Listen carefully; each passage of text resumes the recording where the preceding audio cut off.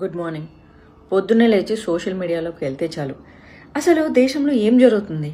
మొన్నేమో వక్ఫ్ board గురించి పార్లమెంటులో అర్ధరాత్రి 12 గంటల వరకు డిస్కషన్ జరిగింది. ఇటు చూస్తే హైదరాబాద్ సెంట్రల్ యూనివర్సిటీలో 100 ఎకరాలు ఫటాఫటా నరికేసేసి అక్కడున్న జీవులకి ఇల్లు లేకుండా చేశారు. ఇటేమో ఐపీఎల్ జరుగుతుంది. అవన్నీ వదిలేసేసి జనాలు పచ్చల పాపల మీద పడ్డారు. ఆ చైనావాడు జపానోడు ఏందో కనిపెడుతుంటే మనోళ్ళు మాత్రం ఈ పచ్చల పాపలకు పాపలు ఎలా కనిపెట్టాలని చెప్పేసి ఆలోచన చేస్తూ ఉన్నారు, మాట్లాడుకుంటూ ఉన్నారు. అయినా వాళ్ళు ముందు బట్టలిప్పి చూపిస్తే చూశారు, మధ్యలో బట్టలిప్పి చూస్తే చూశారు, వెనక బట్టలిప్పి చూస్తే చూశారు.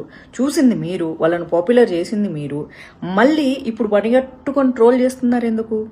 మీరు సోషల్ మీడియాలో ఎవరిని ఫాలో అవ్వాలన్నది మీరు డిసైడ్ చేసుకోవాలి.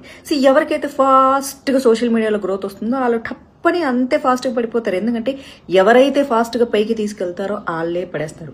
దుర్వినియోగం చేసుకోకూడదు.